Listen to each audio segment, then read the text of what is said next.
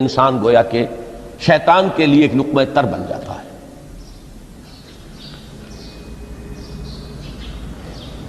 اب آپ غور کیجئے، تیسری شے تقرب الی اللہ، اس کے حوالے سے بھی جو فرائض اور نوافل کی بات ہے اس کو اس وقت ذہن سے نکال کر یہ سمجھیے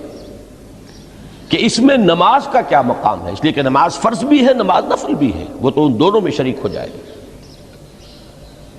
اب اس کو لفظ صلاۃ کے حوالے سے آپ ان دونوں چیزوں کو سمجھیے۔ صاد لام واو یا یہ چونکہ حروف علت ایک دوسرے سے بدلتے رہتے ہیں، یہ جو مادہ ہے اس کی جو خالص لغوی اصل ہے، جو خالص عربی زبان میں اس کا بنیادی مفہوم ہے،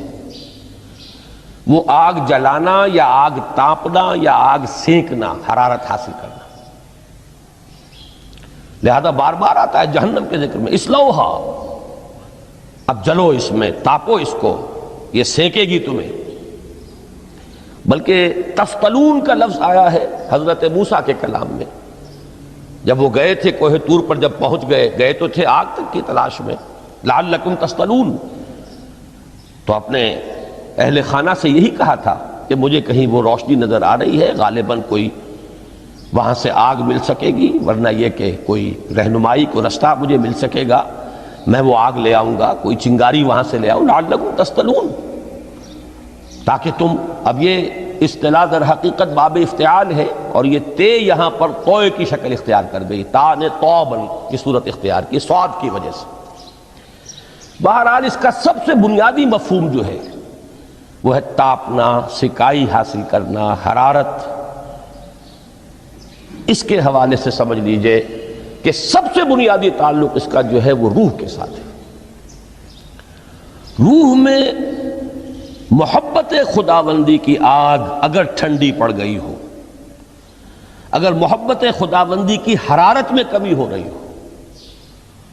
تو اس کو اثر نو، جس کو کہ میں آج سوچ رہا تھا تو ایک لفظ ذہن میں آیا کہ جیسے بیٹری اس کو ریچارج کیا جاتا ہے، اسی طریقے سے روح کے اندر محبت خداوندی کی اس حرارت کو اثر نو تازہ کرنا، یہ ہے در حقیقت نماز کا اصل مقصد۔ اس لیے کہ اس لفظ کا بنیادی مفہوم، اصل لغوی مفہوم تو یہ، اگرچہ اس کا سب سے زیادہ کثرت سے جو استعمال ہوتا ہے، اور لفظ صلاۃ جس سے در حقیقت جس تصور پر مبنی ہے وہ ہے اقدام، کسی کی طرف متوجہ ہونا اور پھر دعا۔ صلاۃ کا سب سے قریبی مفہوم لفظی جب بیان کیا جائے گا، اس سے مراد، اس کے معنی، تو دعا اس میں اہم ترین ہے۔ کسی کی طرف توجہ کرنا، مناجات کرنا، گفتگو کرنا، مخاطبہ، مکالمہ، دعا، یہ در حقیقت صلاۃ کا سب سے بڑا اصطلاحی مفہوم ہے۔ لیکن جو اس کا مادہ ہے، صاد لام واو یا صاد لام یا، اس کا اصل مفہوم جو ہے وہ تاپنا، حرارت حاصل کرنا۔ تو ان دونوں کے حوالے سے عرض کر رہا ہوں، وہ تاپنا اور حرارت حاصل کرنا وہ ہے روح کے اعتبار سے۔ وہ جو کہا اقبال نے کہ بجھی عشق کی آگ اندھیر ہے، مسلمان نہیں راہ کا ڈھیر۔ یہ عشق کی آگ جب بجھ جاتی ہے، در حقیقت یہی تو انسان کی روحانی موت ہے۔ جب یہ نہ رہے تو چاہے منطق میں بہت انسان ماہر ہو، مجھے اقبال کا ایک شعر یاد آیا ہے تقابل کرتے ہوئے، ایک انسان محکوم اور ایک انسان حر، آزاد انسان، ان کی نفسیات میں جو بنیادی فرق علامہ اقبال نے مختلف مواقع پر بیان کیے ہیں۔ محکوم ہے بیگانہ اخلاص و مروت، ہر چند کے منطق کی دلیلوں میں ہے چالاک۔ تو منطق کی دلیلوں میں انسان چالاک ہو جائے اور وہ لغت ہائے حجازی کا وہ ایک خزانہ بن جائے، اسے تمام الفاظ کے معنی یاد ہو، وہ بڑے مسائل فقہ کے اسے ازبر ہو، جزیات، بے انتہا جزیات جو ہیں وہ مستحضر ہو، فلسفے کے بڑے بڑے مسئلے اس نے حل کر لیے ہوں، لیکن اگر روح میں وہ اللہ کی محبت کی آگ نہیں ہے، وہ تپش نہیں، بجھی عشق کی آگ اندھیر ہے، مسلمان نہیں راکھ کا ڈھیر ہے۔ اسی کے حوالے سے آج مجھے یاد آیا تھا کہ وہ جو بڑی سادہ سی ایک نظم ہے، اللہ تعالیٰ سے دعا یا رب دل مسلم کو وہ زندہ تمنا دے، اس میں بھی جو الفاظ آئے ہیں جو روح کو گرما دے اور قلب کو تڑپا دے، یہ ہے اصل جو مقصود ہے نماز کا۔ اور یہی وہ چیز ہے جیسا کہ میں نے عرض کیا تھا کہ نگاہوں سے اوجھل، یہ پہلو سامنے ہے ہی نہیں، دوسرا پہلو سامنے ہے اور وہ بھی میرے نزدیک بہت اہم ہے، بہت بنیادی ہے، اس میں کوئی شک نہیں، لیکن یہ ہے بلند ترین منزل کہ تقرب الی اللہ، اس کے لیے در حقیقت یہ کس لیے درکار ہے؟ روح کے اندر عشق کی حرارت اور گرمی تازہ ہو جائے۔ بسا اوقات یہ اندر دب جاتی ہے، جیسے انگارہ ہوتا ہے آگ کا، اس کے اوپر خاک اور راکھ آ جاتی ہے، اندر کچھ ہوتی ہے، آگ دبی ہوئی سمجھ، آگ بجھی ہوئی نہ جان، اس دبی ہوئی آگ کو پھر ایک شعلہ بنانا، پھر اس کے اندر ایک حیات تازہ پیدا کرنا، یہ ہے نماز کا اہم ترین اور بلند ترین مقصد۔ لیکن اس کے ساتھ ہی اس نماز میں ذکر ہونا، اس کا یہ ذکر ہے، اور ذکر کی جب میں فہرست بیان کیا کرتا ہوں بہت سے حضرات کے سامنے ہوگا کہ ذکر کا در حقیقت مفہوم ہے استحضار اللہ فی القلب۔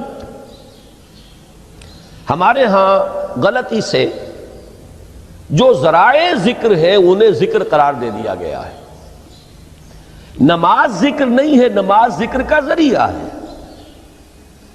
اقیم الصلاۃ لذکری، نماز قائم کرو میرے ذکر کے لیے۔ یہ اللہ اللہ کہنا یا ادعیہ معصورہ جو حضور صلی اللہ علیہ وسلم کی مسنون دعائیں ہیں، انہیں اپنے تمام معمولات دنیاوی کے ساتھ ساتھ ان دعاؤں کو بھی انسان پڑھتا رہے، اللہ سے دعا کرتا رہے، یہ تمام ذرائع ذکر ہیں۔ سبحان اللہ الحمدللہ الحمدللہ، اس کا آپ ورد کیجئے، یہ بھی ذریعہ ذکر ہے۔ حقیقت میں ذکر ہے استحضار اللہ فی القلب، اللہ کو دل میں لے آنا، اللہ کو دل میں حاضر کر لینا، اصل میں تو ترجمہ ہوگا، لیکن حاضر جاننا، یہ کیفیت جو ہے انسان کو حاصل ہو جائے۔ اب اس کے حوالے سے ذرا بات سمجھیے کہ ایک تو میں عرض کر چکا ہوں مجسم ذکر تو قرآن ہے، لہذا ذکر کی فہرست جب آپ کریں گے ذرائع ذکر تو ان میں سب سے پہلے قرآن آئے گا،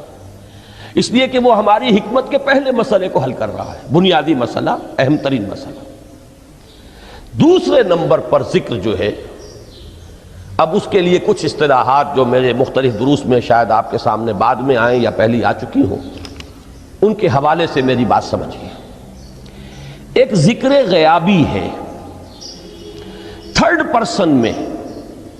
صیغہ غائب میں اللہ کی یاد کرنا، اللہ اکبر اللہ اکبر اللہ اکبر۔ ابھی اللہ اکبر جو ہے یہ جملہ اسمیہ خبریہ ہے، ایک حقیقت کی تکرار آپ کر رہے ہیں، اللہ سب سے بڑا ہے، اللہ سب سے بڑا ہے، سبحان اللہ سبحان اللہ سبحان اللہ۔ یہ در حقیقت ذکر غیابی ہے کہ آپ اس میں مخاطب نہیں ہیں اللہ سے، ایک ذکر خطابی کہیں یا ذکر حضوری کہیں، جس میں مکالمہ ہوتا ہے، جس میں گفتگو ہوتی ہے۔ تو نماز در حقیقت ذکر حضوری اور ذکر خطابی کی بلند ترین شکل ہے۔ اس لیے میں نے عرض کیا تھا کہ نماز کے لفظ یا صلاۃ کے لفظ، یہ اصطلاحی معنی جو اکثر و بیشتر کیے جاتے ہیں، وہ ہے دعا، اور دعا میں ہوتا کیا ہے؟ مکالمہ ہے، مخاطب، اے اللہ، اے میرے رب، اے پروردگار۔ پھر یہ کہ اس میں اقدام اور کسی کی طرف متوجہ ہونا، یہی وجہ ہے کہ افتتاح صلاۃ، نماز کو شروع کرنے کے لیے، ایک تو وہ الفاظ جو قرآن مجید میں آئے ہیں، انی وجہت وجہی للذی فطر السماوات والارض حنیفا وما انا من المشرکین، یہ ہے توجہ کا ارتکاز، بشرطے کہ یہ صرف الفاظ ہی نہ نکل رہے ہوں، واقعتاً یہ تعبیر ہو اس وقت کی انسان کی نفسیاتی کیفیت کی۔ کہ شعوری طور پر وہ فیصلہ کرتا ہے کہ اب میں منقطع ہو رہا ہوں، ہر چہار طرف سے اپنی توجہ کو ہٹا کر، ہر مسئلے سے اپنے آپ کو خالی و ذہن کر کے، یعنی ظاہری اور باطنی دونوں اعتبار سے میں اپنی توجہ کا ارتکاز کر رہا ہوں اس ذات کی طرف جس نے آسمانوں اور زمین کو پیدا کیا، اور بالکل یکسو ہو کر رہا ہوں۔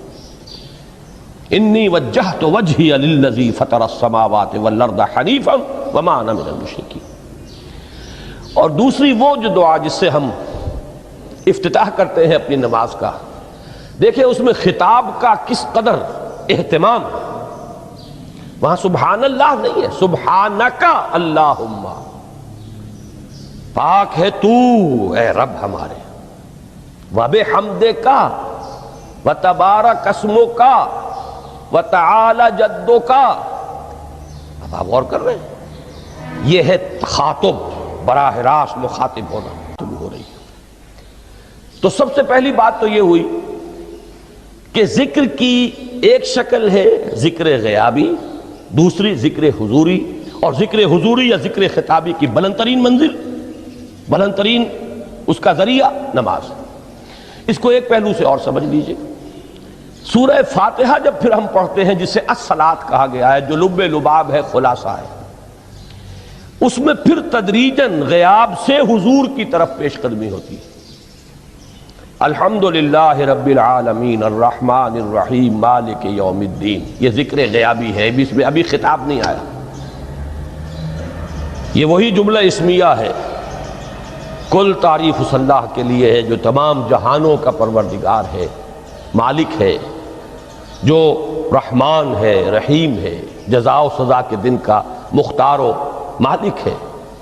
اب یہ غیاب سے حضور کی طرف، ایاک نعبد و ایاک نستعین اہدنا الصراط المستقیم، یہ ہے وہ۔ اب پہلے ایک معاہدہ ہے، ایک اقرار ہے، اعتراف ہے، وعدہ ہے، اور پھر دعا ہے، استدعا ہے کہ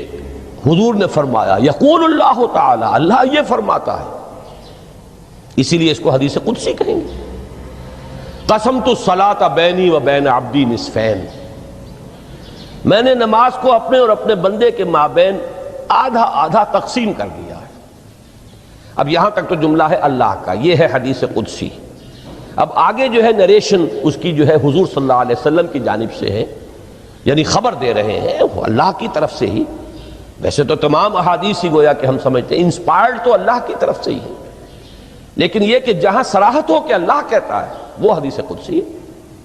تو یقول اللہ تعالی قسمت الصلاۃ بینی و بین عبدی نصفین، یہاں تک تو حدیث قدسی ہے۔ اب دوسری عام حدیث ہے، اذا قال العبد الحمد للہ رب العالمین یقول اللہ تعالی حمدنی عبدی، جب بندہ کہتا ہے الحمدللہ رب العالمین، پروردگار کہتا ہے میرے بندے نے میری حمد کی۔ جب بندہ کہتا ہے الرحمن الرحیم، پروردگار فرماتا ہے ثنا علی عبدی، میرے بندے نے میری ثنا کی، بڑی تعریف کی۔ جب بندہ کہتا ہے مالک یوم الدین، اللہ فرماتا ہے مجدنی عبدی، میرے بندے نے میری بڑی بزرگی بیان کی ہے، تمجید کی ہے۔ پھر جب بندہ کہتا ہے ایاک نعبد و ایاک نستعین، اللہ فرماتا ہے ھذا ما بینی و بین عبدی ولعبدی ما سأل، یہ ہے میرے اور میرے بندے کے درمیان۔ یہ تو معاہدہ ہے نا، معاہدے میں تو دو فریق جکڑے جاتے ہیں، بند جاتے ہیں، یہ میرے اور میرے بندے کے درمیان ہے، اور میرے بندے نے جو طلب کیا میں نے دیا، اس لیے کہ اس میں طلب بھی تو ہے، ایاک نستعین، تیری مدد چاہتے ہیں، یہ طلب ہے۔ اسی کی شرح ہے جو اب آخری تین آیتیں ہیں، پروردگار ہم تیری مدد چاہتے ہیں، پروردگار ہم تیری ہی بندگی کرتے ہیں اور کریں گے، اور تیری ہی مدد چاہتے ہیں، چاہیں گے۔ اگر حال میں اس کا ترجمہ کریں گے زمانہ حال کے اعتبار سے، اس لیے کہ فعل مضارع میں تو دونوں موجود ہیں، شامل ہیں، تو یہ ایک اعتراف ہے، اظہار حال ہے، اللہ کرے کہ وہ واقعتاً صحیح اظہار حال ہو، ہم واقعی اللہ کی بندگی کرتے ہوئے یہ کہیں کہ ایاک نعبد، ورنہ اگر ہماری اصل صورتحال سے وہ مطابقت نہ رکھتا ہو تو پھر تو ایک طرح کا جھوٹ ہو جائے گا، غلط بیانی ہو جائے گی۔ ایاک نعبد، تیری ہی بندگی کرتے ہیں، اور مستقبل میں کیجئے، کریں گے، یہ ہے عہد، تیری ہی مدد چاہتے ہیں، تجھی سے مدد طلب کرتے ہیں، تجھی سے مدد چاہتے رہیں گے۔ اس کے لیے فرمایا وَلِعَبْدِ مَا سَأَلَ،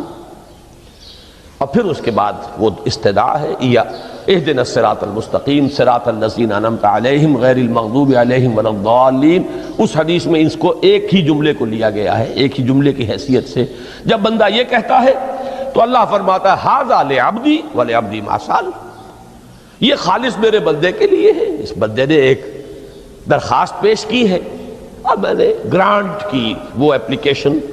وہ ریکویسٹ گرانٹڈ ہم نے دے دی، ولعبدی ما سأل۔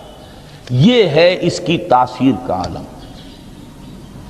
بشرطے کے معاملہ وہ شعور کے ساتھ، بشرطے کے مطابقت ہو ظاہر اور باطن کی، بشرطے کے مطابقت ہو قول اور فعل کی، تو اس کا اتنا اونچا مقام ہے کہ ایک ایک جملہ ادھر ادا ہوا، ادھر اللہ کی طرف سے ریسپانس مل رہی ہے۔ افلاک سے آتا ہے نالوں کا جواب آخر، اٹھتے ہیں حجاب آخر، کرتے ہیں خطاب آخر،